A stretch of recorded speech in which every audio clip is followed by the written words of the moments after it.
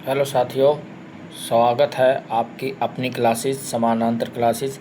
जैसा कि साथी आप जानते हैं कि कल हमने अधिगम से संबंधित जितने भी तथ्य थे उनको आपके सामने रखा था कि लर्निंग होती क्या है, लर्निंग क्या स्वरूप क्या है, उसकी नेचर क्या है, लर्निंग और शिक्षण यानी कि टीचिंग का उससे क्या लेना देना है, और अधिगम से संबंधित किस प्रकार के प्रीवियस ईयर के पेपर पूछे गए थे।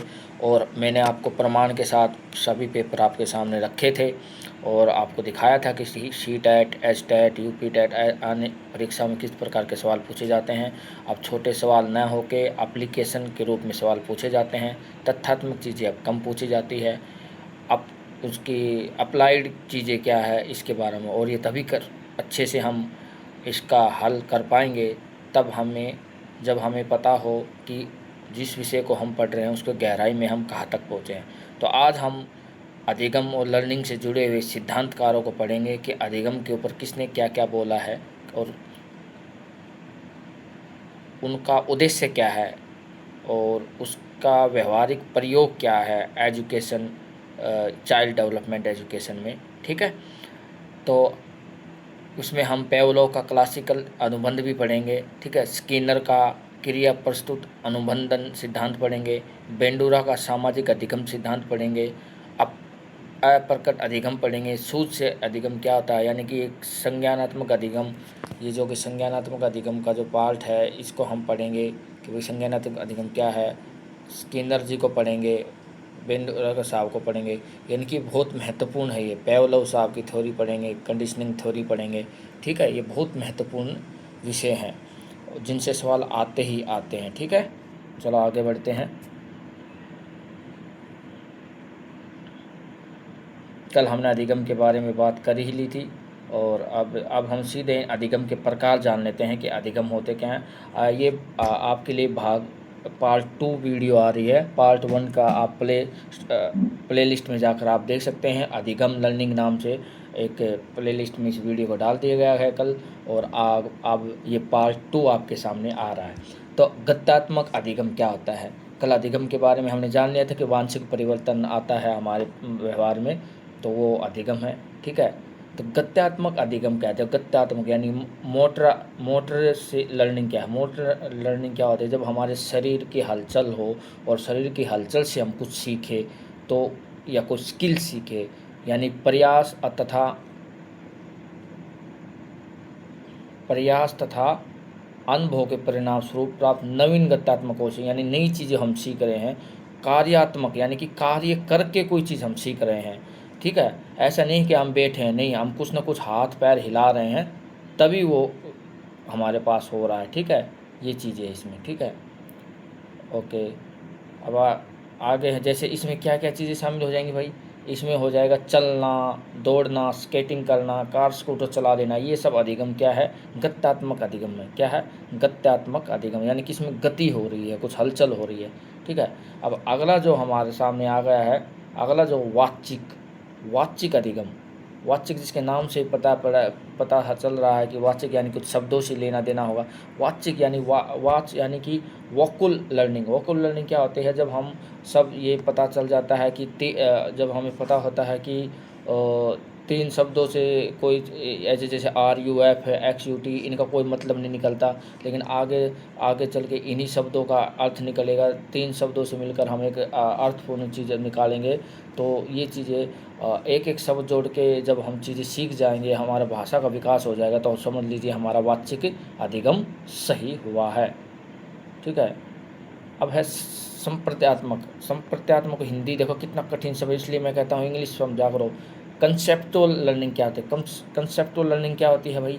कंसेप्चुअल लर्निंग होती है भाई, यह इस प्रकार का अधिगम है जिसमें हम उद्दीपकों को अपनी विशेषता को एक रूप में आधार पर वर्गीकृत करते हैं। यानी कि जो उद्दीपक है यानी स्टिमुलस है, उसकी जो विशेषता है उसके रूप में हम आ रहा है उसको आधार बनाते हैं। यानी कि हमें पहले ही कोई चीज़ बता दी गई है और उसी चीज़ के आधार पर हम आगे की आने वाली चीज़ों को, कंसेप्ट को समझते हैं। जैसे उदाहरण के लिए आप देखिए, जैसे भौंकने वाला पता चला। 4 पैरों वाला क्या जानवर है, एक पूँछ वाला क्या जानवर है, तो हमें पता चल गया। कुत्ते के बारे में हमें बता दिया गया था, कुत्ते के बारे में बता दिया गया था। अब आगे कुत्ते की पहचान की योग्यता हमारे अंदर आ गई और एक कंसेप्ट बन गया है कुत्ता किस प्रकार दिखता है। तो इस प्रकार की चीज़ जैसे कि तो हम कुत्ते नाम के जानवर के बारे में जान गए। और ये जो संप्रतात्मक अधिगम है, इसमें बुर्नल साहब ने थ्योरी दी है, गुडनाउ ने थ्योरी दी है और ऑस्टिन साहब ने दिया है। उन्होंने ऑस्टिन साहब ने 1956 में एक प्रतिमान किया, एक मॉडल बनाया जिसमें 81 कार्ड थे, 81 कार्ड थे, ठीक है। और उन कार्डों में चारों गुणों पर बॉर्डर पे कुछ उसके जो कार्ड थे ना, उनके बॉर्डर पे या तो संख्या लिखी गई थी या चित्रों के रंग लिखे गए थे और यह चित्रों का आकार था। यह चित्रों की संख्या के आधार पर अलग अलग प्रयोगकर्ताओं के लिए मानचित्र को प्रत्यक्ष को सीखना था, यानी कि उसके सामने चित्र बताया गया और वो चित्र से बताया गया कि ये बताइए अब इसमें से कौन सा जानवर है, उसको पहचाना जाए। ऐसी चीज़ अब आपसे पूछ लिया जाए 81 कार्ड का जो सिद्धांत है कार्ड में किसके सिद्धांत में रखा गया, तो ऑस्टिन साहब के बारे में। तो इससे सवाल पूछा नहीं जाएगा, वैसे आप इसको याद कर लीजिए। इससे सवाल जहाँ पूछा जाएगा वहाँ आपको बता दिया जाएगा। अब विभेदीकर्ता आप जैसे आपको नाम से पता है, विभेद किसी चीज़ को भेद करना, यानी कि दो चीज़ों में से एक चीज़ का क्लासिफिकेशन करना। क्लासिफिकेशन लर्निंग क्या होती है? क्लासिफिकेशन लर्निंग ये हल के द्वारा 1920 में ये संप्रत्यय दिया गया था, ठीक है। किसी चीज़ को हम कैसे अब जांच सकते हैं, यानी कि इसमें प्रतिभागियों के एक अनुभव के आधार पर सामान्य तत्वों को भी विधिकृत किया जाता है। यानी कि आपको पता चल जाए कुत्ता भी उस प्रकार दिखता है, बिल्ली भी उस प्रकार दिखाई देती है, दोनों में 4 पैर हैं, लेकिन उसके कंसेप्ट को जब पूर्ण रूप से समझ जाएगा तो विभेद कर पाएगा। बिल्ली अलग होती है, ठीक है, बिल्ली अलग होती है, ठीक है, बिल्ली अलग होती है और कुत्ता अलग होता है। ये चीज़ समझ में आ जाएगी। 4 पैर ज़रूर है, लेकिन भौंकने में, आवाज़ में और इसके चलने की शैली में हर चीज़ का अंतर जब हम समझ जाएंगे, विभेद कर देंगे इन दो चीज़ों के बीच में, पहले ज्ञान को और दूसरे ज्ञान के बीच में जब हम विभेद कर देंगे, वही विभेदिकल लर्निंग है। जो चेंज पहला जो अनुभव प्लस होगा, फिर अगला अनुभव जो प्लस होगा, और ये जो पहला अनुभव है वो अगले अनुभव में जुड़कर एक सकारात्मक चीज़ लेके आएगा और हम गलत दो समानांतर दिखने वाली चीज़ें इसमें एक चीज़ को हम बता देंगे विशेषता के आधार पर, तो इसका ये है, ये इसका ये कुत्ता है या बिल्ली है, कोई भी चीज़ ये भी कुछ भी हो सकता है जीवन में, ठीक है। ये सब विभेदीकृत अधिगम है, ठीक है। अब अधिगम के सिद्धांत जान लेते हैं। तो अधिगम के सिद्धांत कौन कौन से? जो पहला जो आप सिद्धांत आज पढ़ने जा रहे हैं वो है पेवलोव का प्राचीन अनुबंध। पेवलोव का प्राचीन अनुबंध, कंडीशनिंग थ्योरी, इसको ओल्ड कंडीशनिंग थ्योरी भी बोलते हैं। पेवलोव कंडीशनिंग थ्योरी, अनुबंध यानी कि कंडीशनल। ये वहाँ पर इंग्लिश में याद कर लीजिए ना कि कंडीशनल लिखा हुआ मिलता है ज़्यादातर, ठीक है। तो क्या है भैया, ये रूस के शरीर शास्त्री हैं, ठीक है। ये शरीर शास्त्री थे, इनका पूरा नाम इवोन पेट्रोविच था, ठीक है। और ये अधिगम के क्षेत्र में अग्रणी थे। 1904 में इन्होंने क्या किया, मेडिसिन के क्षेत्र में अपने शारीरिक पाचन के कार्य के लिए इनको नोबेल पुरस्कार, जो डाइजेस्टिंग सिस्टम है उसके ऊपर नोबेल पुरस्कार प्राप्त हुआ। इन्होंने अधिगम में प्राचीन प्रयोगों का उपयोग किया और सीखने के लिए बहुत से मुख्य सिद्धांतों को स्थापित किया, ठीक है। इन्होंने कहा कि प्राचीन अनुबंध सीखने का एक प्रकार है जो पेवलोव द्वारा किए गए प्राचीन प्रयोगों पर आधारित है। यानी कि इसने बहुत सारे प्रयोग किए होंगे, कौन कौन से प्रयोग किए वो देख लेते हैं। इस प्रकार के अनुबंध सीखने का एक प्रकार है पेवलोव द्वारा किए गए प्राचीन प्रयोग है। इस प्रकार के अनुबंध को प्रतिक्रियात्मक अनुबंध या पेवलियन अनुबंध के नाम से जानता है। इन्होंने जो कुत्ते के ऊपर जो भी चीज़ें की हैं उनके जो उसको अनुबंध को प्रतिक्रियात्मक अनुबंध या पेवलोव अनुबंध के नाम से भी जाना जाता है, ठीक है। इस प्रकार के अनुबंध को दो उद्दीपकों से जोड़ों को सम्मिलित किया जाए। दो स्टिमुलस होते हैं जिसमें एक अनुबंध CS ऐसे लिखा आता है। एस का मतलब क्या होता है, ठीक है, एस क्या होता है, तो इसका मतलब एक CS होगा, ठीक है, एक क्या होगा, एक CS होगा, एक UCS होगा, एक UCS होगा, एक खाली CS होगा, ठीक है। तो इसमें क्या है, इसमें क्या उद्दीपक, ऐसे उद्दीपक होंगे। अब इसके बारे में आपके विस्तार से पढ़ेंगे कि USCCS क्या है। अनुबंधित उद्दीपक की तटस्थ उद्दीपक के रूप में भी जाना जाता है, क्योंकि जब यह प्रारंभ में कुछ समय के लिए प्रस्तुत किया जाता है तब यह प्राणी को केवल सावधान करता है, कोई प्रतिक्रिया उत्पन्न नहीं करता। यानी कि पहले जो स्टिमुलस होता है ना, वो स्टिमुलस केवल सावधान करेगा, उसका कोई रिस्पॉन्स नहीं आएगा, केवल भाई रिस्पॉन्स नहीं करेगा। और अभी ये जो बताया था ना, ये तो CS है, करंट स्टिमुलस आएगा। लेकिन UCS ऐसा उद्दीपक है जो लगातार सहज अनुक्रिया को देता है, सहज अनुक्रिया देता है, जिसमें अनुबंधित अनुक्रिया यानी UCR के नाम से जाना जाता है।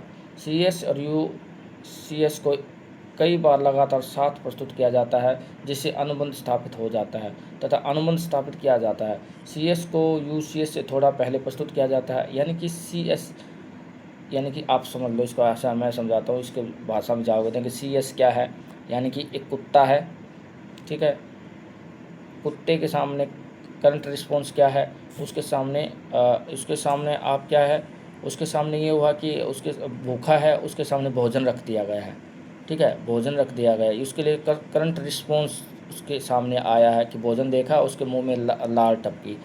अब वो उस एक बार भोजन देखा, लार टपकी तो एक अलग बात है, लेकिन उस लार लगातार उसके तड़पते रहे। ऐसा एक कुत्ता खड़ा कर देगा, उसके नीचे वो बर्तन रख देगा और उसमें लगातार वो लार डालता रहेगा, तो ये तो UCS हो जाएगा, लगातार जो काम कर रहा है। लेकिन एक बार देखते ही हुआ वो खाली CS, ठीक है, एक बार देखते ही जो हुआ वो CS, करंट स्टिमुलस, और जो बार बार होता लगातार जो हो रहा है वो UCS या कहलाएगा, अल्ट्रा स्टिमुलस जो हो जाएगा, ठीक है। आगे चलते हैं। देखो इन्होंने प्रयोग किया है, जैसे इन्होंने क्या कहा, यही पूछा जाता है, इस प्रकार का प्रयोग किया। उन्होंने एक डिजाइन तैयार किया, उन्होंने कुत्ते की लार को स्राव ग्रंथि में एक ट्यूब से जोड़ा। एक कुत्ते के जो लार गिरी ना भोजन को देखकर, उसके जो लार आए उसको ट्यूब को जोड़ा और साबित, जिसे लार को कुत्ते की गर्दन से जुड़े हुए एक कप में एकत्रित किया। पेवले ने कुत्ते को घंटी की आवाज़ पर लार एकत्रित करने के लिए प्रशिक्षित किया। यानी कि उन्होंने क्या किया भाई साहब, इसको मैं अपना आप बता देता हूँ आपको। उसने क्या किया, जब भी खाना रखता तो एक बैल बजा देता, जब भी खाना रखता, जब भी कुत्ते को भोजन देता, जैसे ये अभी कुत्ते को भोजन डाल रहा है, तभी यहाँ एक बैल थी, उस बैल को दबा देता, उस बैल को दबा देता, तो इसका ये संकेत हो जाता कि बैल जब घंटी बजती है तभी खाना आता है।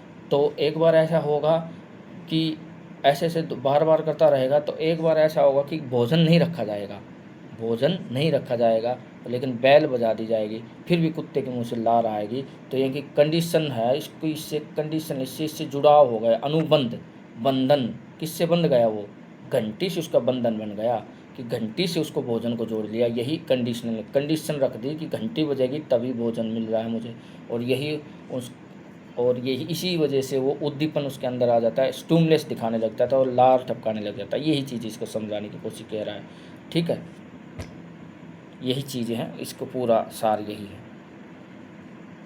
देखो ऐसे ऐसे घंटी बजाई तो उसको से ये चित्र है क्लासिक, इसी को कहते हैं क्लासिकल अनुबंध के चरण। देखो पहले भोजन रखा, कोई घंटी नहीं, दोबारी भोजन भी नहीं रखा, घंटी बजा दी। तीसरी बार ड्यूरिंग कंडीशनिंग, ये डी इसका नाम डी आपको बता, during conditioning, after conditioning, before conditioning, कोई कंडीशन नहीं रखी तब तो ऐसा था, खाली घंटी बजाई भोजन नहीं रखा तो कोई समझ में आया। लेकिन जब कंडीशनिंग रख दी, देखिए आप इससे समझिए, देखो कोई कंडीशन नहीं रखी थी तब लार टपक रही थी भोजन को देकर, फिर क्या किया, घंटी तो बजाई लेकिन भोजन नहीं रखा तो कुछ नहीं हो रहा, लेकिन यहाँ घंटी और भोजन दोनों कर दी। फिर आगे क्या करे, लाभ आफ्टर में खाली घंटी बजाई, फिर भी देखो इसकी लार टपक रही है, देखो ये लार टपका रही है, फिर भी इसकी लार टपक रही है, देख लो भोजन नहीं है फिर भी इसकी लार टपक रही है। तो यही है कंडीशनिंग थ्योरी, ठीक है। अब समझ लो ये है क्या, अब इसको समझ लो ये है क्या, UCS, इसको अनानुबंध क्या कहते हैं, UCS क्या है, किसी भी उद्दीपक को जब प्रस्तुत किया जाता है, उद्दीपक क्या होते हैं, स्टिमुलस क्या होते हैं भाई, जैसे भोजन उद्दीपक है, ये उद्दीपक है, ठीक है। किसी को प्यास लगी तो उसके लिए पानी का गिलास उद्दीपक होगा, किसी को किसी चीज़ की भूख है, ठीक है, तो आप लोगों के लिए परीक्षा पास करना उद्दीपक है, एक अच्छा टीचर बनना आपके लिए उद्दीपक है। तो जब भी आपको पुस्तकें देखेगी तो आप पुस्तक को देखकर आपके मुंह में लार आएगी कि मैं इस पुस्तक को पढ़ लूँ। ठीक है। तो ये उद्दीपक है, तो इसमें क्या है, यूसीएस क्या है, किसी उद्दीपक को जब किसी प्रस्तुत किया जाता है तब वह बिना किसी शर्त के स्वाभाविक रूप से अनुक्रिया देता है, यानी कि कोई कंडीशनिंग नहीं होगी। यूसीएस क्या था, किसी कोई शर्त नहीं होती। उदाहरण के लिए जैसे प्याज काटना रुलाता है, हम चाहते नहीं थोड़ी रोने, लेकिन आप रुलाएं। फूल का पराग छींकने के लिए बाध्य कर देना, ये प्याज पराग यूसीएस की उदाहरण है। यानी कि देखो, कोई फूल है, खुशबूदार नहीं है, लेकिन उसकी खुशबू ज़्यादा तेज़ है तो हम छींक अपना आप आ जाएंगे, रोक नहीं पाएंगे। उसी प्रकार प्याज को रोकना है। तो ये सब क्या है, यूसीएस के उदाहरण हैं। अनानुबंधित, अगर अनुबंधित होता तो कंडीशन होती है, अनानुबंधित कोई कंडीशन नहीं है, ठीक है। अनुबंधित CS, ये सबसे खतरनाक है, ये इसी के ऊपर ये सारा थ्योरी की। CS यह वह उद्दीपक है जो प्रारंभ में तटस्थ स्वरूप का होता है, जिसमें अनुक्रिया देने की क्षमता नहीं होती। बाद में यूसीएस के साथ बार बार जुड़ने से यूसीएस की भविष्यवाणी करने योग्य हो जाती है। अतः यूसीएस को वास्तविक अर्थ के अनुक्रिया के रूप में प्रकट करता है। यही फिर वो जो यूसीएस है जो अस्वाभाविक रूप से हो रहा था, लेकिन वही सब बार बार हो जाएगी, कंडीशनल स्टिमुलस बार बार मिलता रहेगा, तो ये चीज़ें फिर हो जाएगी। अब जो दोनों को मिलाकर इन्होंने जो निकाला, इन्होंने पहले यूसीएस और सीएस दोनों को मिलाकर एक तीसरी टर्मिनोलॉजी बनाई जो पैवलोव की महत्वपूर्ण पूछी जाती है। ये जो है, ये है सबसे उनकी यूसीआर। यूसीआर यूसीआर ये क्या है, यह वह अनुक्रिया जिसके लिए हमें पहले ही किसी अधिगम की आवश्यकता नहीं होती, जो अपने आप किसी परिस्थिति की प्राप्त होती है। यानी कि यह वह प्रक्रिया है, यह वह अनुक्रिया या प्रक्रिया है जिसमें हम पहले से किसी अधिगम की लर्निंग की आवश्यकता नहीं होती, तो जो अपने आप बिना किसी परिस्थिति की प्राप्त होती है। जैसा कि पहले प्याज काटते समय रोने की और प्रयाग के दवा छीनने की विवेचना की जा चुकी है, ठीक है, वही चीज़ें। ये तो यूसीआर होगा। अब सीआर, कुछ अनुभव के आधार पर जो अनुक्रिया अनुबंधित उद्दीपक के लिए दी जाती है, सीआर के नाम से। अब ये सबसे महत्वपूर्ण है, ये सबसे महत्वपूर्ण क्यों हुई, कुछ अनुभव के आधार पर जो अनुक्रिया अनुबंधित उद्दीपक के लिए दी जाती है, सीआर के नाम से जानी जाती है। यानी कि पैवलोव ने पता चल गया कि इसको, कुत्ते को भूख लगी, ये उसको पता चल गया, इसको ज्ञान था, इस बात का आभास था कि कुत्ते को भूख लगी है। अगर उसको ये नहीं पता था कुत्ते को भूख लगी है नहीं लगी है, तो उसके लिए अगर कुत्ते को भूख नहीं लगी तो भोजन रखते तो उसको कोई मुँह में लार नहीं आएगी। पहले तो उसको पता चला, पहला उसके पास अनुभव था कि उसको भूख लगी, फिर उसने भोजन रखा, फिर उसको पता था अब इसकी लार टपकेगी, ठीक है, ये सब चीज़ें इसको पता था, सब उसको पता था, तभी ये चीज़ें हुई, तभी अनुक्रिया, तभी उसने कंडीशन रखी भाई, तभी उसने बैल वाली कंडीशन रखी, क्योंकि उसको पहले से पता था। यही उसका सीआर नाम से जानी जाती है, ठीक है, यही सीआर के नाम से है। पहले देखो तो आप बिल्कुल पजल नहीं होना है, चाहे CRI या UCRI, ये ज़्यादा महत्वपूर्ण चीज़ नहीं है, ठीक है। लेकिन जब CR आ जाए, खाली CR आ जाए, ये महत्वपूर्ण है, क्योंकि ये अधिगम की आवश्यकता होती है, तभी ये चीज़ें हो पाती है, ठीक है। अब ये जो सिद्धांत दिया प्राचीन अनुबंध का सिद्धांत, ये क्या है, इसको हम और आगे विस्तार से पढ़ते हैं।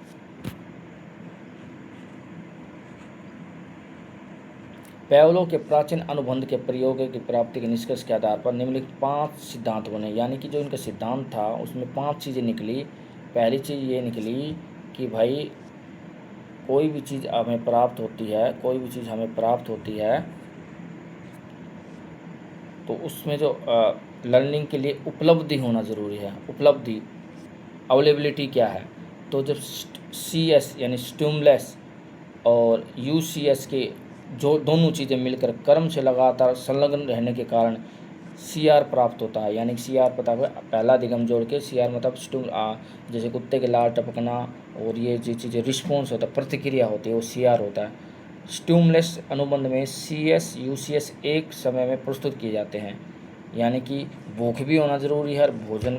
CS क्या होता है, CS तो वो हो गया जो ना चाहते हुए एकदम हमारा आया, और UCS क्या होगा, एक कंडीशन रख दी, जैसे UCS हो गया बैल बजी, तभी उसके दिमाग में ये आया कि बैल बजेगी तो मुझे भोजन मिलेगा, तो ये दोनों कंडीशन एक साथ दी जाएगी, तब ये उपलब्धि प्राप्त होगी।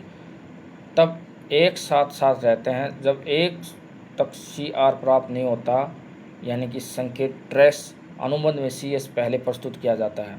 CS पहले प्रस्तुत किया जाता है, थोड़े समय विलंब के पश्चात UCS, यानी पता है ना, पहले CS यानी कि CS अनानुबंधित, यानी कि भोजन देखा और मुँह में ला रहा है। फिर UCS क्या हुआ, बैल के द्वारा उससे अनुबंधित कर देना, ये सब चीज़ें हो जाएंगी। फिर क्या होगा, थोड़े समय के विलंब के पश्चात UCS दिया जाएगा। परवर्ती बैकवर्ड अनुबंध में UCS CS से प्रस्तुत किया जाता है। पावलोव के अनुसार समकालिक संकेत और विलंबित अनुबंध अधिगम प्राप्त करने की प्रभावशाली विधियाँ हैं। इन्होंने ये बताया कि जो चीज़ें हैं ये इसी प्रकार की अगर बच्चे अधिक लर्निंग में भी चीज़ें लागू किए जाए तो बहुत सी उपलब्धियाँ प्राप्त की जा सकती है। उपलब्धि के बाद इन्होंने कहा एक टर्मिनोलॉजी और आई है उपलब्धि के बाद कि ये विलोपन, ये बार बार पूछा जाता है, विलोपन क्या है। विलोपन एक बार अनुबंधित हमेशा अनुबंधित, यानी कि विलोपन होता क्या है, अधिगम के सिद्धांतों को जानने के पश्चात पावलोव ने उन परिस्थितियों को समझने का प्रयास किया जिसके द्वारा प्राप्त अनुबंध समाप्त हो सके। यानी कि जो अनुबंध कंडीशनिंग है वो तो कर तो दी, लेकिन अब उसको हटाना भी पड़ेगा। अब जो चीज़ उन्होंने घंटी का जो अनुबंध बना दिया था उसको वो लगातार कर रहा था, लेकिन अब उसको रोकना था। उसके लिए विलोपन कैसे करे, विलोपन मतलब चीज़ को हटाए कैसे।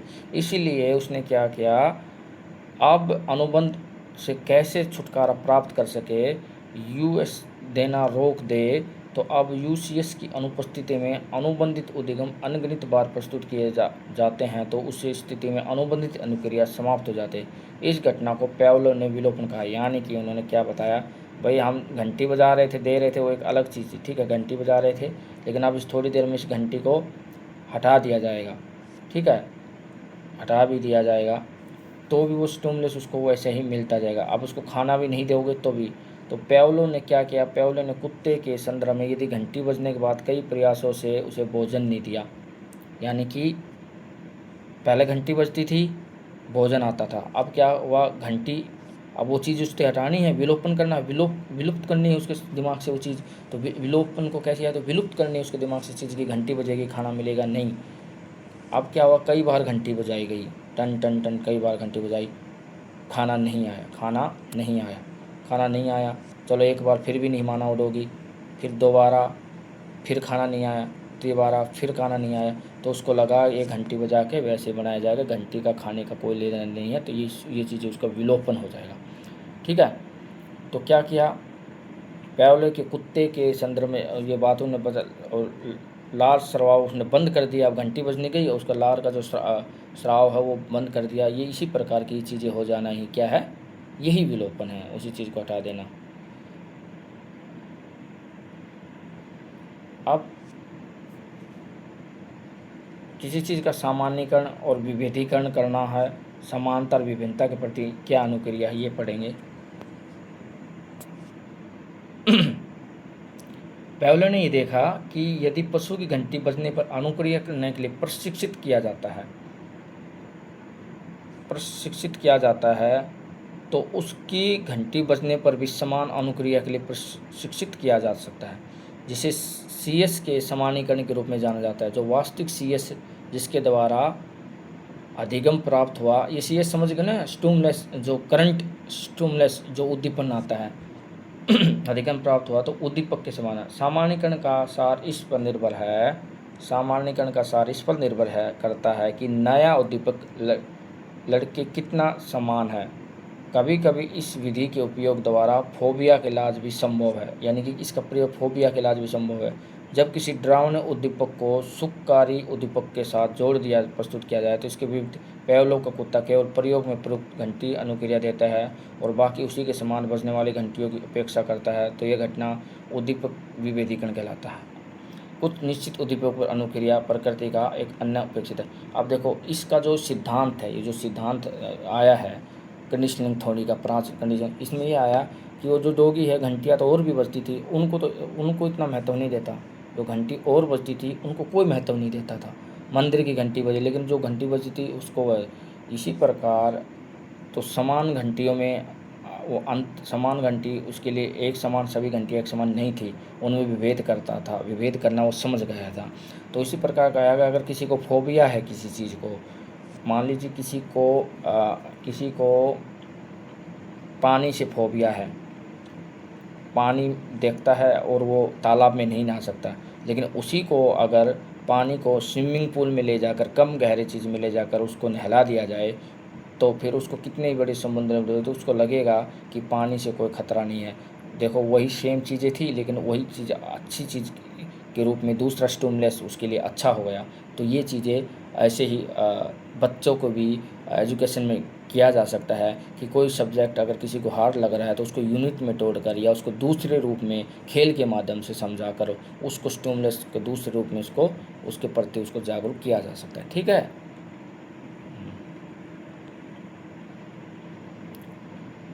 वो प्राचीन स्तरीय में ही एक ये उच्च स्तरीय क्या है, उच्च स्तरीय क्या है, उच्च स्तरीय हाई लेवल कंडीशनिंग थ्योरी क्या है, ये क्या है भाई, ये एक CS जब CR को प्रकट करने की योग्यता आ जाती है तब वह प्रबलित गुणों को प्राप्त करता है। उदाहरणार्थ एग्जाम्पल देखिए, घंटी CS थी, अब देख लो, अब इस पूछ लिया जाएगा CS मतलब क्या है, यहाँ पर ऐसे पूछा जाएगा CS क्या है, घंटी उसकी CS है। भोजन UCS है, भोजन UCS के साथ, यानी यहाँ घंटी CS भोजन UCS के साथ लाल सराव प्रकट करने के लिए प्रयोग किया है। इसके पश्चात लाल सराव घंटी से संबंधित CS या CS हो गया। CS को चमकती हुई लाइट से युक्त किया जाता, प्रयासों की पुनरावृत्ति करने के बाद CS2 CSL को प्रकट, ऐसा उसी समय होता है जब उच्च स्तरीय अनुबंध अनुक्रिया स्थापित होती है। ऐसी अनुक्रिया को स्थापित करने के बनाए रखना, यानी कि ये सब चीज़ें जब और एक साथ हो पा रही है, अच्छे से हो पा रही है, बिल्कुल जैसा हमने सोचा था वैसे ही उसकी अनुक्रिया, वैसा ही उसका परिणाम आ रहा है, तो ये उच्च स्तरीय अनुबंध है। ठीक है, सब चीज़ें सही चल रही हैं।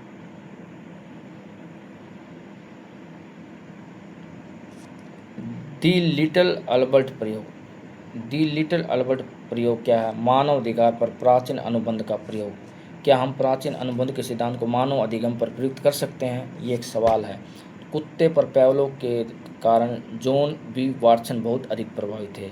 जो पेवलोव के कार्य होते हैं ना, उससे वाटसन साहब बहुत प्रभावित हुए, इसलिए वाटसन ये दिखलाना चाहते थे कि ये सिद्धांत मनुष्य पर भी प्रयुक्त किया जा सकता है।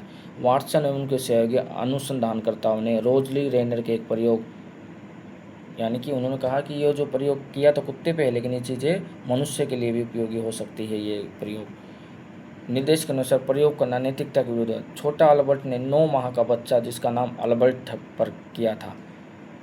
वाटसन ने यह उपकल्पना बनाई कि बच्चों की तेज आवाज़ के लिए डरावनी अनुक्रिया अनानुबंधित अनुक्रिया है। प्राचीन अनुबंध के सिद्धांत का प्रयोग करते हुए उन्होंने पुनः यह सुझाव दिया कि किसी भी तटस्थ उद्दीपक का प्रयोग करके बच्चे को डराया जा सकता है। प्रयोग की आधार लाइन की अवस्था में वाटसन एवं उनके सहयोगी ने छोटे बच्चे अल्बर्ट के समक्ष उद्दीपकों को प्रस्तुत किया। चोट न पहुंचाने वाली वस्तु एवं पशु जैसे सफेद चूहा, एक खरगोश, एक मुगट्ठा आदि जैसे ही उपेक्षित थी कि छोटे अल्बर्ट ने इन पुस्तकों के वस्तुओं के लिए कोई डरावनी अनुक्रिया नहीं दिखाई। नियंत्रित अवस्था में जब चूहे को अल्बर्ट के सामने प्रस्तुत किया गया, वाटसन ने एक लोहे के टुकड़े पर हथौड़े से प्रहार करके एक डरावनी आवाज़ उत्पन्न की। इससे अल्बर्ट डर गया और वह रोना प्रारंभ कर दिया।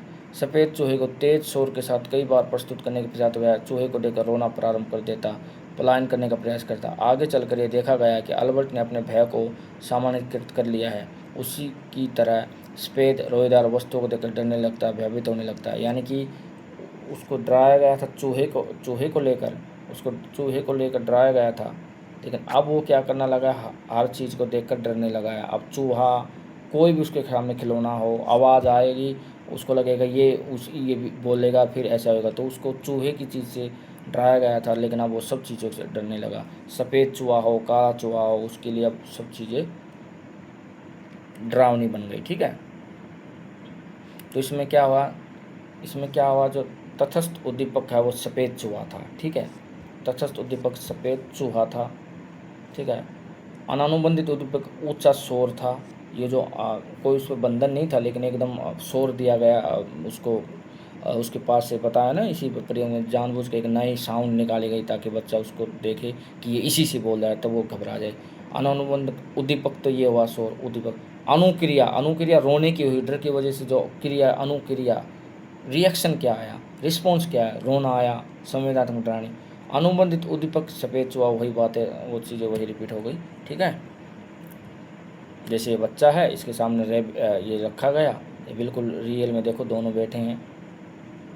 अल्बर्ट साहब, अल्बर्ट इस बच्चे का नाम है, इसलिए इसका मॉडल का नाम है अल्बर्ट पर। ठीक है, चूहा या खरगोश मुझे पसंद नहीं। अब चूहा खरगोश उसको जो सेम दिखने वाली चीज़ बिल्कुल पसंद नहीं आएगी।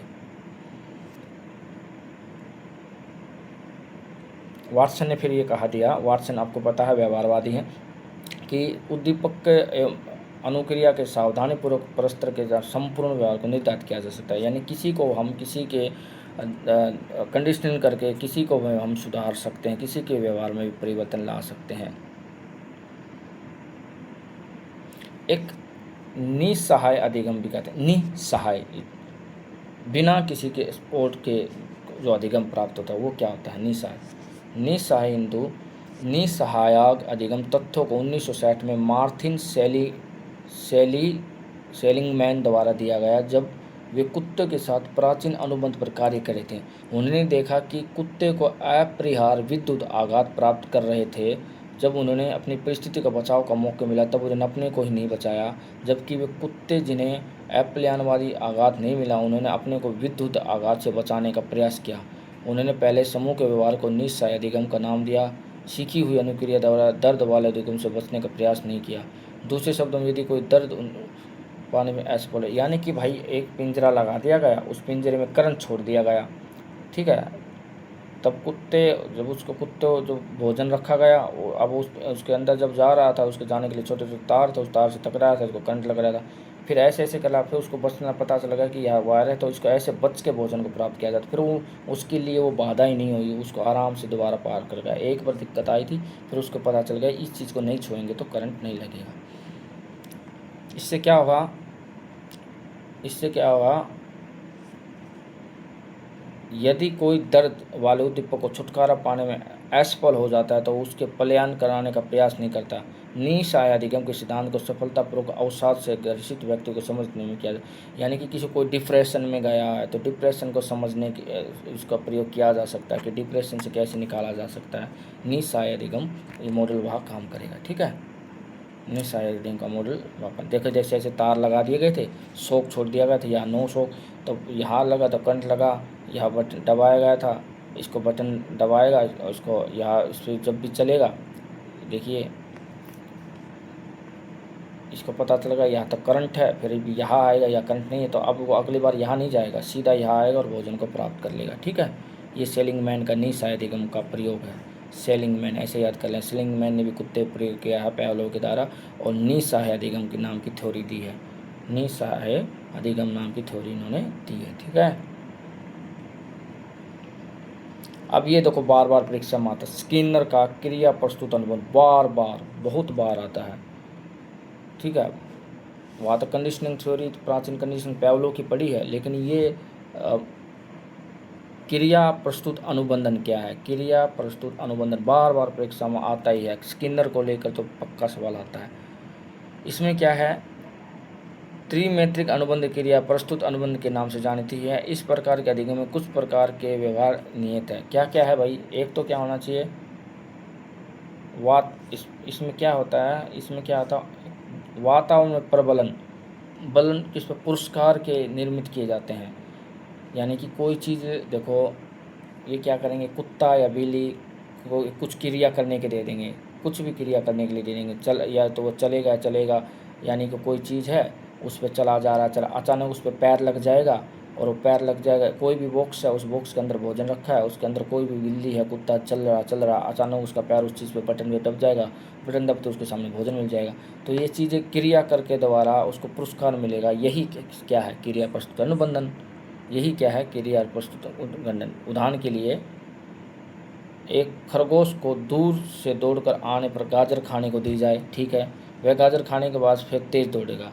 या गाजर पुरस्कार के, जो गाजर उसको मिली वो पुरस्कार के रूप में, ये गाजर मिलना है, पुरस्कार मिलना ही, ये जो पुरस्कार मिला है यही उनका पूर्ण प्रबलन है, यही फोर्समेंट है, यही फोर्स है, यही इसी चीज़ के लिए उसके इच्छा के लिए वो कार्य कर रहा है। यही मोटिवेशन का काम कर रहा है, पुरस्कार उसको मोटिवेशन का काम यहाँ कर रहा है। ठीक है, तो यही चीज़ें सबसे खास जो स्किनर का प्रयोग है जो ये आता है कि स्किनर ने सबसे पहले चूहे के प्रयोग किया था। चूहे के ऊपर कैसे किया, चूहे को एक बॉक्स में रख दिया, ठीक है भाई, उसमें एक लीवर लगा था, यानी कि एक ऐसा बटन लगा था, गोल गोल बटन, इसको लीवर बोलते हैं, ऐसा बटन लगा था, या फिर उसको ऐसे लगा दीजिए, ऐसी इस टाइप का कोई बटन था जो जिसके ऊपर उसका पैर लगा। इसे दबाने से भोजन या पानी मिल जाता था। इस बॉक्स को स्किनर बॉक्स कहा जाता है। इस जिस बॉक्स के अंदर उस चूहे को रखा गया था, जिस बॉक्स के अंदर उस चूहे को रखा गया था, ठीक है, जिस बॉक्स के अंदर चूहे को रखा था उसको स्किनर बॉक्स के नाम से जाना जाता है। चूहे को बॉक्स में रखा गया और प्रयोगकर्ता ने बाहर से लीवर दबाकर खाने की सामग्री दी। चूहे ने एक समय खाने की सामग्री को खा लिया। कुछ प्रशिक्षण के बाद यानी ट्रेनिंग के बाद चूहे को बॉक्स में अकेले छोड़ दिया गया और प्रयोगकर्ता ने उसके लिए भोजन की गोली नहीं डाली। कुछ समय पश्चात जब चूहे को पुनः भूख लगी तो वह बॉक्स में भोजन खोजने के लिए घूमता रहा और संयोग से उससे लीवर दब गया। एकदम अचानक वो चीज़ उस पर पैर लग गया जिससे भोजन की गोली प्राप्त हो गई। इसलिए अतः भोजन की गोली एक प्रबलन है जो कि लीवर के दबाने पर प्राप्त होती। अब अगली बार क्या करेगा, अगली बार चूहा इधर उधर नहीं भटकेगा, इधर उधर नहीं जाएगा, सीधा उसी लीवर के ऊपर पैर रखेगा और भोजन को प्राप्त कर लेगा। इसके पश्चात चूहा बॉक्स में घूमता रहा और पुनः से फिर लीवर दबा दिया और उसे दूसरी बार भी भोजन की गोली खाने को मिल गई। इसके पश्चात उसने बहुत अधिक बार नहीं खोजा, लेकिन बार बार लीवर को दबाकर भोजन की गोली खाने के उसको प्राप्त था। अतः अब क्रिया प्रसून व्यवहार प्रकट होता है। एक समय विशेष रूप में चूहे ने जितनी बार लीवर को दबाया उसे गिना गया, रिकॉर्ड किया गया। इससे यह पता चला कि प्रति इकाई प्रतिक्रिया का रेट कितना था। प्रतिक्रिया के रेट को रिकॉर्ड करने के बाद एक संचय रिकॉर्डर का प्रयोग किया गया जिसमें प्रति इकाई समय का अनुक्रिया की संख्या को रिकॉर्ड किया। प्रबलन का यह उदाहरण दूसरों के लिए अनुमोदन जिसमें अनुक्रिया को होने की संभावना बढ़ जाती है।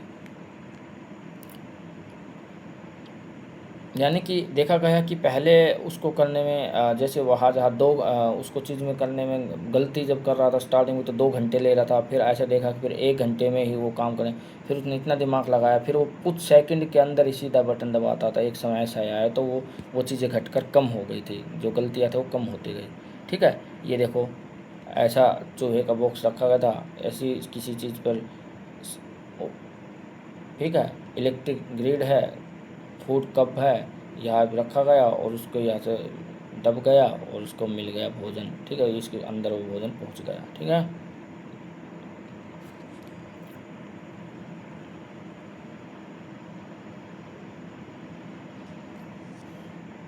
है,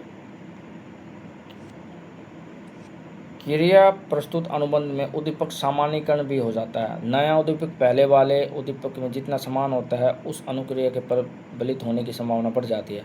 उद्दीपक विभेदीकरण में विभेदीकरण की योग्यता सीख जाती है। ठीक है,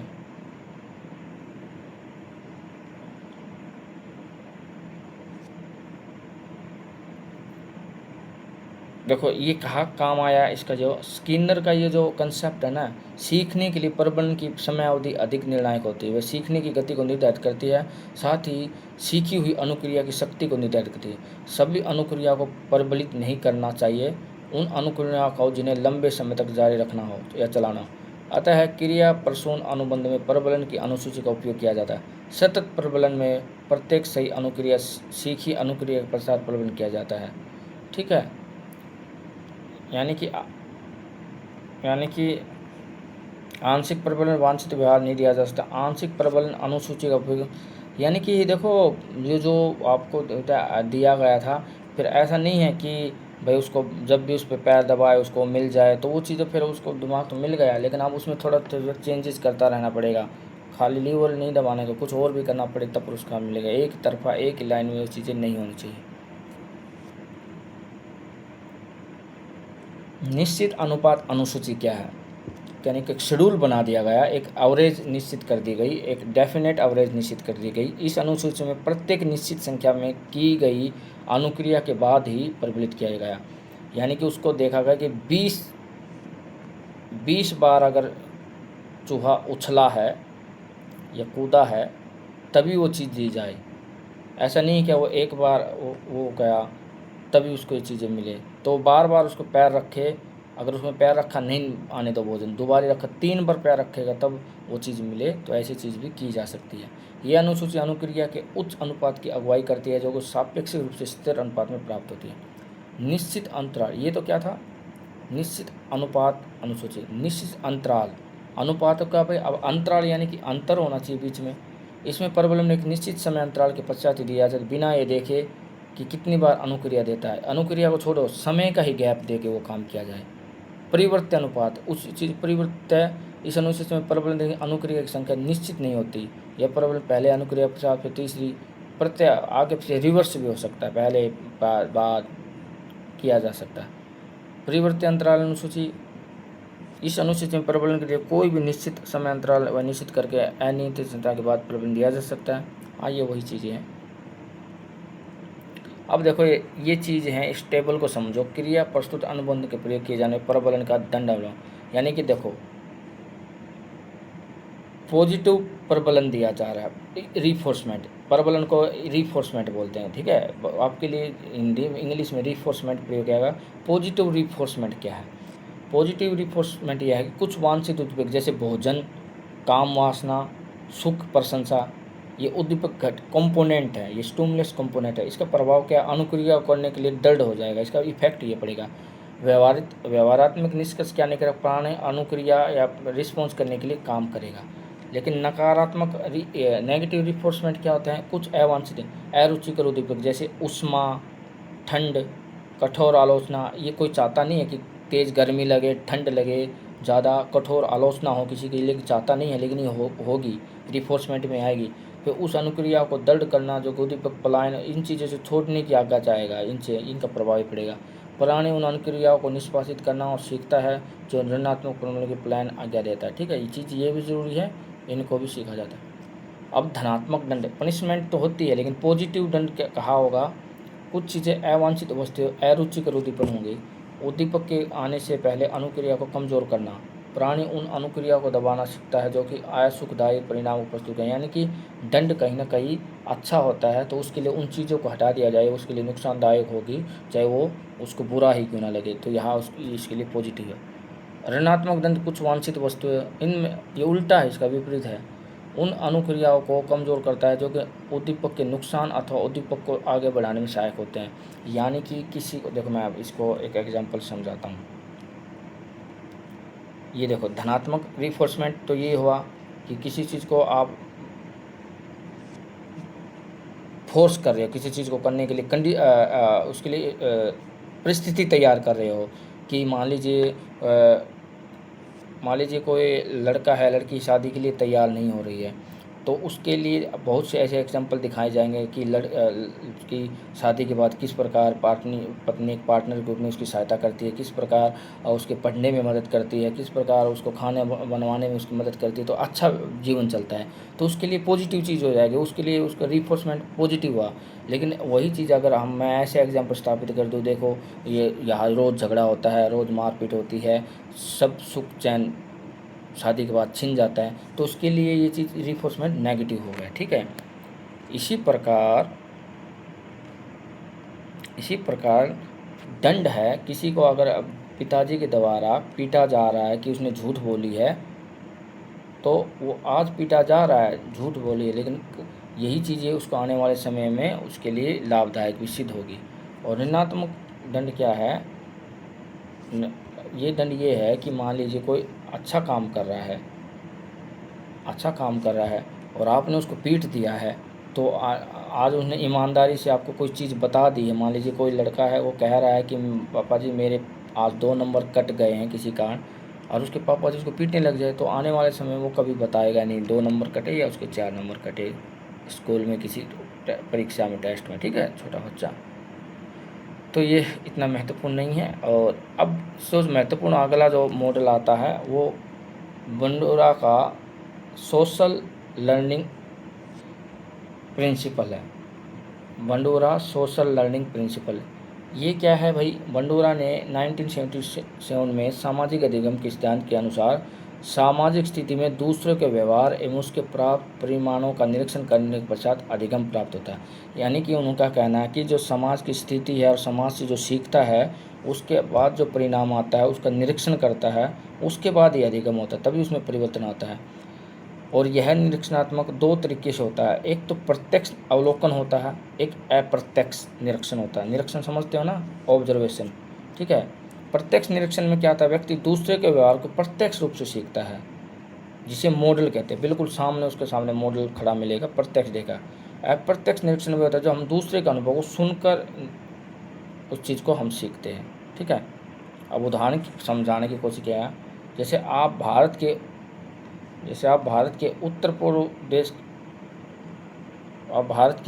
उत्तर पूर्वी प्रदेश की ट्रिप पर जाना चाहते हैं। आपका एक मित्र जो अभी जल्दी ही उत्तर पूर्व की ट्रिप में वापस आया है, वह आपको सुझाव देता है। यानी कि ये क्या है कि कोई कुल्लू मनाली गया है या कोई लद्दाख गया है। एक तो कहे कि लद्दाख दिखने में ऐसा है, बर्फीला है, बहुत ठंडा है। आप उस चीज़ को सुन रहे हैं, उसका इतना प्रभाव नहीं पड़ेगा अपना अधिगम सीखने में। लेकिन आप स्वयं जब लद्दाख जाएंगे और वहाँ लद्दाख जाके आप जब पहाड़ियों पे चढ़ोगे तब आपको पता चलेगा, ठीक है। किसी को कुल्लू मनाली घूमने गए थे, केवल आप उसकी स्टोरी सुन लेंगे, ब्लॉग देख लेंगे तो वहाँ पर मज़ा नहीं आएगा। स्वयं जाकर वहाँ जब जाएंगे तभी आप उसको अच्छे से समझ पाएंगे, यही इनका कहना है, ठीक है। बोबो डॉल के साथ बेंडूरा, एक बोबो डॉल जुड़े थे इसी में और उसके साथ बंडूरा जुड़ेगा। प्रसिद्ध प्रयोग यह सिखलाता है कि दूसरे के व्यवहार को देखकर व्यवहार को कैसे सीखा जाता है।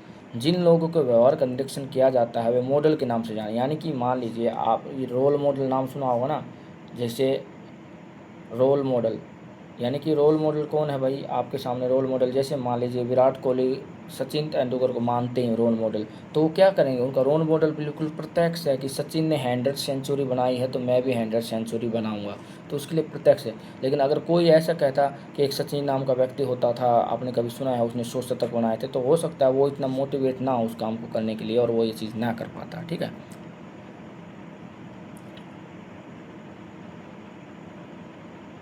अब बॉबे डॉल का प्रयोग है क्या। बेंडूरा और उनके सहयोगियों ने बच्चों पर सामाजिक व्यवहार सीखने में निरीक्षणात्मक एवं अनुकरण की भूमिका को जानने के लिए एक प्रयोग किया। जैसे क्रोध को जानने के लिए इन्होंने क्या किया, 3 से 6 वर्ष के समूह के 72 बच्चों का सिलेक्शन किया और बच्चों को यांत्रिक रूप से 3 समूह में बांट दिया। यानी कि 72 बच्चे लिए, क्रोध देखना था इन्होंने, भाई गुस्से का क्या कारण है, तो इन्होंने है ना रैंडमली, यांत्रिक रूप होता है या रैंडमली रूप से 3 ग्रुप बांट दिए, एक नियंत्रित एवं 2 प्रयोगात्मक अवस्था में। यानी कि एक तो बिल्कुल कंट्रोल में और 2 प्रयोगात्मक अवस्था में रख दिए। प्रयोगात्मक समूह के बच्चों को क्रोधित मॉडल के साथ एक चलचित्र दिखाई जिसमें बोबो डॉल को मारना, एक बोबो डॉल है ना, बेबी एक डॉल है, गुड़िया है, उसको मारना, उसको ढकेलना, ये चीज़ें सिखाई गई, टक्कर देना, अपशब्द का प्रयोग दिखाना। दूसरे प्रयोगात्मक समूह को क्रोधित करने वाला मॉडल दिखाएगा जो बोबो डॉल के साथ शांति और मित्रता के साथ खेल कर रहा था, जबकि नियंत्रित समूह को कोई भी पिक्चर नहीं दिखाई गई। देखो, जब 3 ग्रुप बांटे गए थे तो 2 ग्रुप जो प्रयोगात्मक ग्रुप थे उसमें एक को तो ये दिखाया गया कि बेबी डॉल को कैसे मारा जाता है, कैसे उसको कैसे उसका अपशब्द बोला है। उसी ग्रुप में दूसरे को ये सिखाया जाता है कि किस प्रकार मित्रता खेल के गुड़िया के साथ मित्रता करता खेल के। लेकिन एक ऐसा है जो नियंत्रित, उसमें किसी प्रकार का दिखाया नहीं गया। अब देखेंगे कि गुस्सा किस में ज़्यादा होगा, किस में कम हुआ। तो ये नियंत्रित समूह को कोई पिक्चर नहीं दिखाई गई। यानी कि ये जो नियंत्रित समूह था ना, 2 लोगों के ग्रुप में, 3 लोगों में 2 ग्रुप थे, तो पिक्चर नहीं दिखाई गई, उसको कोई जो नियंत्रित, एक लड़के को कोई पिक्चर, ऐसे एक लड़के को कोई पिक्चर नहीं दिखाई गई। बाद में सभी समूह के बच्चों को एक कमरे में रखा गया जिसमें विभिन्न प्रकार के खिलौने रखे हुए थे। यह निरीक्षित किया गया कि वे बच्चे जिन्हें क्रोधित मॉडल दिखाया गया था उन्होंने उस मॉडल के व्यवहार का अनुकरण किया और उन्होंने बॉल और डॉल को मारा, पंच दिया, उसने द्वारा अपशब्दों का प्रयोग किया। इसके विरुद्ध दूसरे प्रयोगात्मक समूह के बच्चे जिन्हें क्रोध वाले मॉडल को दिखाया गया था उन्होंने बॉबी डॉल के साथ किसी प्रकार के क्रोध को नहीं दिखाया। दूसरे प्रयोगात्मक समूह बच्चों को जिन्हें बिना क्रोध वाले मॉडल दिखाया था उन्हें क्रोध नहीं दिखाया। मनोविज्ञान में एक ऐतिहासिक अध्ययन था। इससे स्पष्ट होता है कि सीखने में निरीक्षण अनुकरण की विशेष भूमिका। अब इसका सारांश देखो, इतनी देर की जो हम रामायण पढ़ रहे थे वो इसी के लिए था कि अगर अधिगम करता है अगर टीचर अच्छा होगा, स्कूल का वातावरण अच्छा होगा, पुस्तकें अच्छी होगी और आसपास का माहौल अच्छा होगा तो उसके अनुकरण के द्वारा सब चीज़ें बच्चा अच्छा सीख जाएगा। बस इसका यही सार था। ठीक है, चलो आगे चलते हैं। ये देखिए बेबी डॉल की चीज़ ऐसी चीज़ बनाई गई, एक ऐसी डॉल है, उस डॉल के साथ एक को आराम से रहना सिखाया गया। देखो ये कमरे में छोड़ा गया तो कैसे कर रहे हैं। ठीक है, ये रिएक्ट। फिर बेंडूरा ने पुनः सुझाव दिया कि व्यक्ति कुछ सूचनाओं को ग्रहण करता है और उसके पश्चात ये सूचना मुख्य रूप से आगे बढ़ती है और निरीक्षण से पूर्व व्यवहार के रूप में प्रदर्शित होने से पहले विभिन्न संज्ञान क्रियाएं होती क्या होती हैं, किस सीमा तक हम सूचना पर ध्यान देते हैं, ये भी बहुत ज़रूरी है, कितनी अच्छी तरह हम उस ऑब्जर्वेशन करते हैं, ये चीज़ें होती है। ठीक है, ये चीज़ें इनमें होती हैं। संज्ञानात्मक अधिगम, आप कॉग्निटिव थ्योरी आप समझ गए। कॉग्निटिव थ्योरी क्या होता है, जिसमें मानसिक शक्तियाँ काम करती है।